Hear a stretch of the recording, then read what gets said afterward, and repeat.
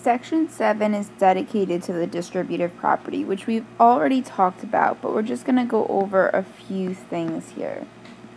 So the first example says 2 times the sum of 3 plus 1.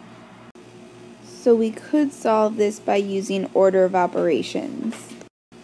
So we would do 3 plus 1, which is 4, and then 2 times 4, which would give us 8 as our final answer here.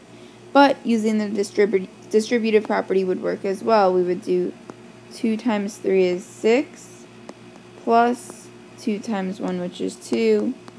We'd still get 8 as our answer. Now when we're working with variables, this is when the distributive property comes a lot more in handy. So you can see again, 6 times x is 6x. 6 times 2 is 12, so we have minus 12, and that would be our final answer. Now, if the equation was set equal to a number, we could then solve for x. Now, here we need to be careful with our signs.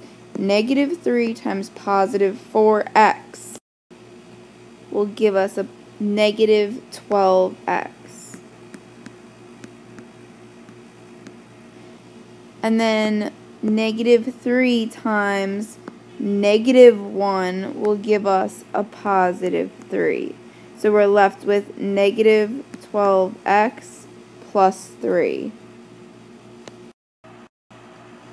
So below are a few examples on simplifying expressions. So just the expression, we're not solving for the variable. So take a minute, pause the video, and in pencil, attempt the next 4 simplifications by using the distributive property.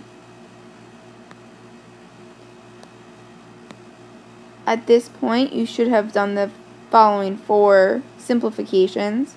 So looking at the first example, we're going to do 3 times 2x, which gives us 6x, and then distribute the 3 to the positive 3 here, and that gives us a positive 9. In the next example, you have to distribute to all 3 terms which are inside the parentheses. So negative 4 times negative 3a gives us a positive 12a. Negative 4 times positive b gives us a negative 4b. And negative 4 times negative 7 gives us a positive 28. Next, you can see there's just a negative sign here. If you want to think of that as negative 1, that's perfectly fine. But in the end, you're distributing the negative sign. So negative times a positive is a negative x. Negative times a positive is a negative y. And negative times a positive is a negative z. Finally, in our last example, we have 2x times 6x. Now, 2 times 6 is obviously 12. We're going to focus later on in the year on how x to the first times x to the first, when you're multiplying variables, you add the exponents. So this gives us x squared. And then 2x times negative 8 will give us a negative 16x. Combining like terms, which I usually abbreviate as CLT, combining like terms, is when you have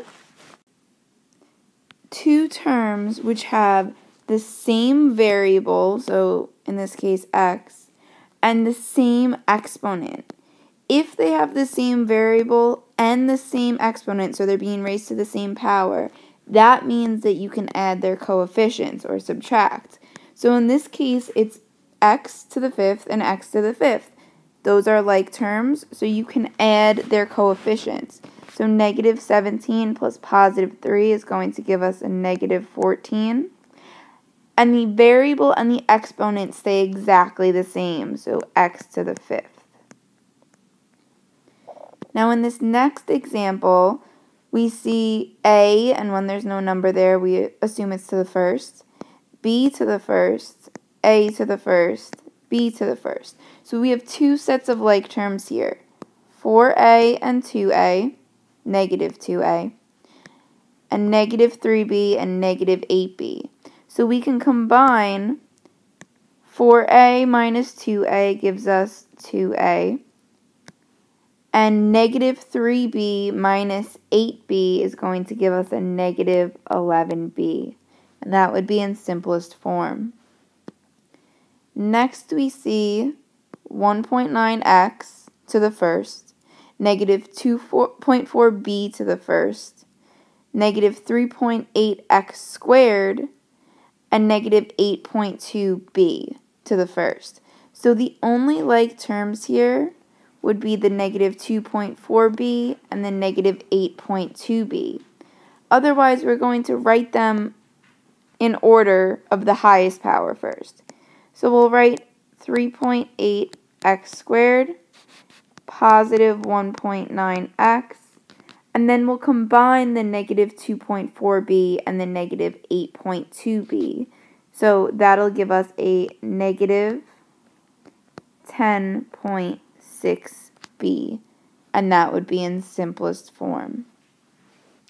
Looking at letter D, we have a 3y squared, a negative 4y squared, a positive 9y to the first, a negative 6y to the first, and a negative 12 and a positive 2. So we have three sets of like terms here.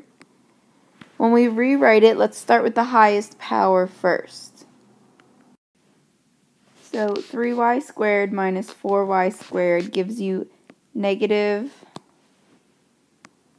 1y squared. Positive 9y and negative 6y gives you a positive 3y. And negative 12 and positive 2 gives you a negative 10 as your final answer. Now looking at this next example, we have like terms here and here. And you can use the calculator to subtract the fractions, rather than doing it by hand, which is also possible, but it may be easier to use the calculator and type in 2/5 minus 4/15 for the S, and negative 3/8 minus 5/12 for the T. So we'll get 2/5 minus 4/15 as 2/15 S, and negative 3/8 minus 5/12 as negative or minus 19/24t. In the last example, now having the same variable means even if there's multiple variables. So a to the first, b to the first, negative 4a to the first, b to the first. It has to have every variable the same. So our only other like terms are positive 3a and positive 2a. So let's combine positive, no number in front means it's a 1. 1ab with negative 4ab, we get negative 3ab. Positive 3a and positive 2a is positive 5a, and we leave the negative 8b at the end. Finally, we have some examples here. So take a minute to check to see if you know how to combine like terms. Get each expression into simplest form. Pause the video so you're writing your responses in pencil, and then unpause the video to find the answers for each question. Okay, so now that you've filled in the simplification or you've combined like terms for all of these examples, let's go through them one at a time. So for number 1, you're distributing the negative 1 if you want to think of it that way, to the x and to the negative 8. So you get negative x and a positive 8. Here, positive 7 times positive 4 gives you positive 28. 7 times 3x gives you positive 21x. And here's our result. Number 2, negative 4n and negative 2n. Well, negative 4 times negative 2 is positive 8. And n to the first times n to the first, they're exponents. You're multiplying the variables, so you add the exponents and you get n squared. Negative 4n times negative 3 is a positive 12n. Negative 2n times 1 is negative 2n. Negative 2n times positive 2n is a negative 4n squared. When we combine like terms, we end up with 4n squared plus 10n. For number 3, 5 times 5x is 25x, 5 times 7 is positive 35, 3 times x is 3x, 3 times 3 is 9, and we have our result here once we combine like terms. 3 times n is 3n, 3 times negative 2 is negative 6, negative 8n times 5n, negative 8 times 5 is negative 40, n times n is n squared. And negative 8n times negative 2 is positive 16n, and then again, combine like terms. So negative 40n squared has no like term, but 3n and 16n can be combined. For number 5, distribute the 2x times 3x is 6x squared. 2x times negative 3 is negative 6x. 7 times 1 is 7. 7 times 6x is 42x. 6x squared rewrite first. Negative 6x and positive 42x, combine those like terms, and then the plus 7 remains at the end.